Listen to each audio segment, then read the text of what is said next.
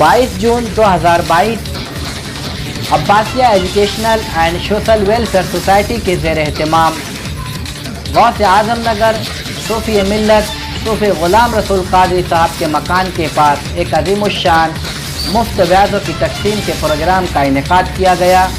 اس programme میں 8ویں جماعت سے 12ویں جماعت تک کے تقریباً 211 مستحق طلبہ و طالبات کو مفت بیاضیں تقسیم کی گئیں۔ عقیل نعمانی نے کہا تھا کہ ہر آدمی تسبیح میں دانے کی طرح ہے، ہر آدمی تسبیح میں دانے کی طرح ہے، یہ سارا جہاں ایک گھرانے کی طرح ہے۔ ہمارے اس پروگرام کا مقصد ہی یہ ہے کہ ہم سب لوگ تھوڑی دیر کے لیے ذات برادری اور ان سب چیزوں سے دور ہو کر ہمارا جو اصل مدعا ہے، جس طرح سے ہماری قوم کے بے شمار بچے اور بچیوں کی آسانیوں کے لیے کتابوں بیاضوں کی تقسیم کا جو پروگرام رکھا گیا ہے Abbasia educational and social welfare society کی جانب سے، تو میں بہت ہی ادب اور احترام کے ساتھ ہمارے آج کے اس پروگرام کے اظہار خیال جن کے نام سے منسوب رہا ہے علی جناب حافظ غفران رضا سیفی صاحب اور شفیع صاحب، میں بہت ادب کے ساتھ ان سے گزارش کرتا ہوں کہ وہ یہاں تشریف لائیں اور ان کا اپنا جو ایک منفرد انداز ہے گفتگو کرنے کا، اس انداز میں آج کے اس پروگرام کے حوالے سے روشنی ڈالیں۔ علی جناب حافظ غفران اشرفی سیفی صاحب۔ دائما ابدا علی حبیبک خیر الخلق کلہم۔ یہاں پر موجود بانی محفل صوفی نور العین صابری صاحب، محترم علی جناب حاجی محمد یوسف اجاز صاحب مخیر قوم و ملت، علی جناب حاجی عبدالمجید رضوی بکھار والے، اور اسی طریقے سے شام نامہ کے جو نامہ نگار ہیں محترم علی جناب خلیل عباس صاحب، محترم علی جناب محمد رضوان کارپوریٹر صاحب، ان کے علاوہ جتنے بھی عمائدین اور شرکاء ہیں،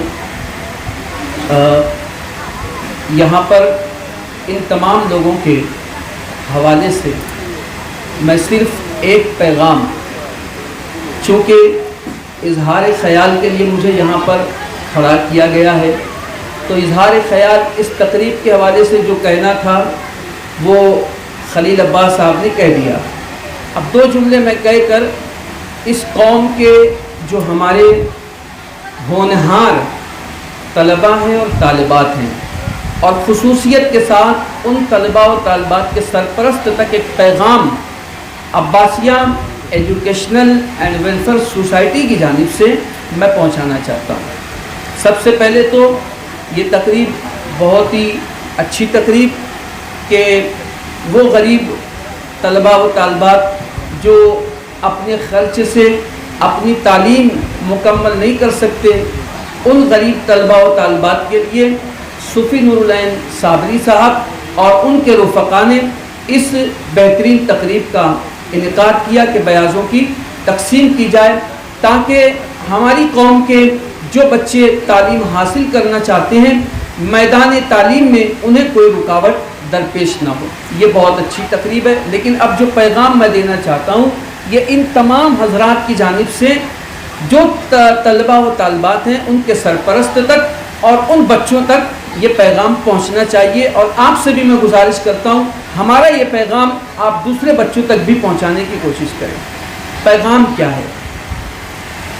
پیغام صرف اتنا ہے کہ ہم یقیناً تعلیم حاصل کرتے ہیں اور کریں گے، لیکن کچھ ایسا ہوتا ہے کہ 10ویں تک کچھ تعلیم حاصل کریں گے، کچھ 12ویں تک حاصل کریں گے، کچھ اور آگے بڑھ کر اور حاصل کریں گے، لیکن ہماری تعلیم حاصل کرنے کی ایک حد ہوتی ہے اور وہ ہم نے حد متعین پہلے سے کر لی ہے۔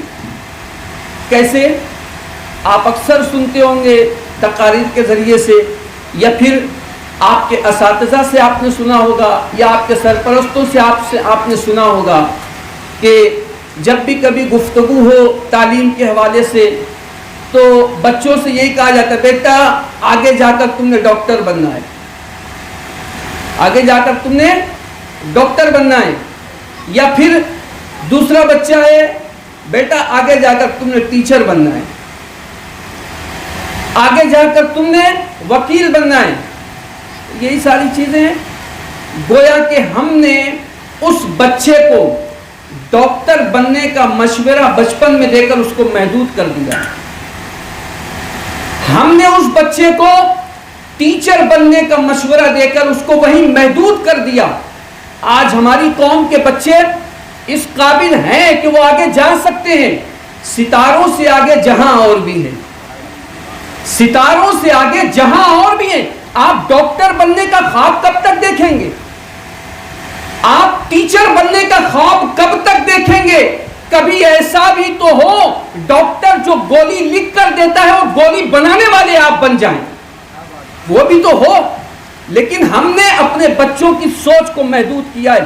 میں اپنی قوم کے طلبہ اور طالبات سے کہتا ہوں, آپ بہت ہونہار ہو, آپ بہت صلاحیت والے ہو, آپ بہت قابل ہو, آپ تھک کر بیٹھو مت. ہمارے سرپرست تو ہماری چھوٹی سوچ بنائی ہے, اس چھوٹی سوچ سے ہمیں نکلنا ہوگا. ہم آگے بڑھیں. آج دنیا میں دو ممالک بہت پہچانے جاتے ہیں. کون سے؟ اسرائیل اور چائنا. کیوں؟ آج پوری دنیا کے مارکیٹ آپ گھوم لیجئے, سب سے زیادہ پروڈکٹ اگر کسی کا آتا ہے تو وہ چائنا کا ہے یا پھر اسرائیل کا ہے. ٹیکنالوجی کے میدان میں اگر آپ دیکھیں تو چائنا اپنے قدم کو مارکیٹ میں اتنا گاڑ چکا ہے, اتنا گاڑ چکا ہے کہ جس مارکیٹ میں آپ چلے جائیں ٹیکنالوجی کے میدان میں آپ کو چائنا نظر آئے گا. آج ہمارے بچے وہاں کیوں نہیں ہیں؟ کیا چائنا والے انسان نہیں ہیں؟ کیا وہ انسان کے بچے نہیں ہیں؟ کیا وہ انسانی مخلوق نہیں ہیں؟ وہ بھی تو انسان ہے, وہ بھی تو اسی زمین پر رہتے ہیں. آخر انہوں نے بھی تو کسی باپ کی گود میں آنکھ کھولا ہے. کیا ہمارے بچے یہ کام انجام نہیں دے سکتے؟ دے سکتے ہیں, لیکن ہم نے ان کی سوچ کو محدود کیا ہے. آؤ ہمیں اپنے بچوں کی سوچ کو آگے بڑھانا ہے.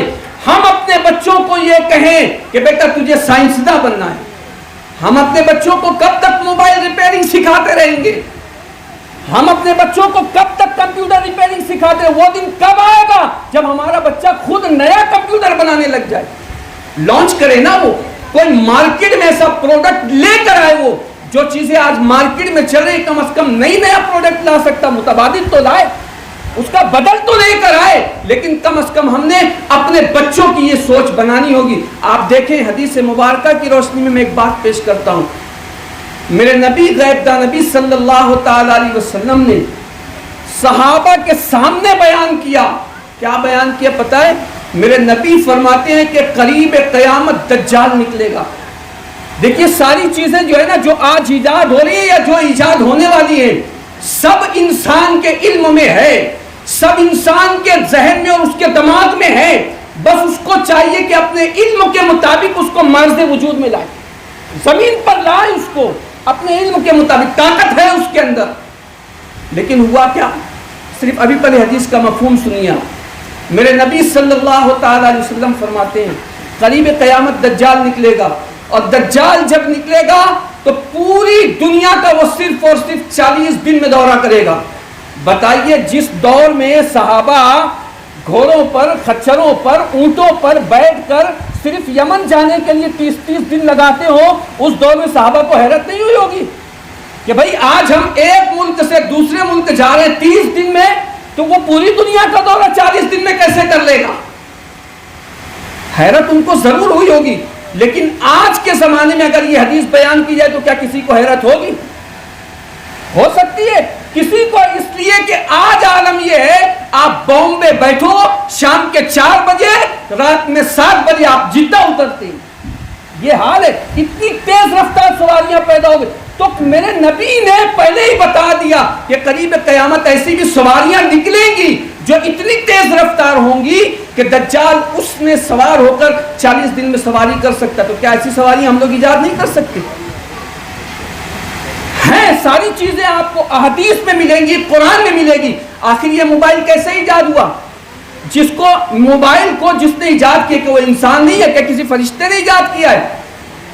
لوگوں نے پڑھا کہ ہوا کے دوش پر آواز سفر کرتی ہے, اسی کو اس میں فارمولا بنایا, فارمولا بنانے کے بعد اسی پر عمل کیا, موبائل ایجاد کیا. حالات یہی ہے. آپ علم ہے آپ کے پاس, آپ اس پر عمل کریں, چھوٹی سوچ چھوڑیے اور چھوٹی سوچ کا دامن چھوڑ کر باہر آئیے اور اپنے آپ کو آگے لے جانے کی کوشش کیجیے. اگر دنیا میں ترقی کرنا ہے تو چھوٹی سوچ آپ کو آگے نہیں لے جا سکتی.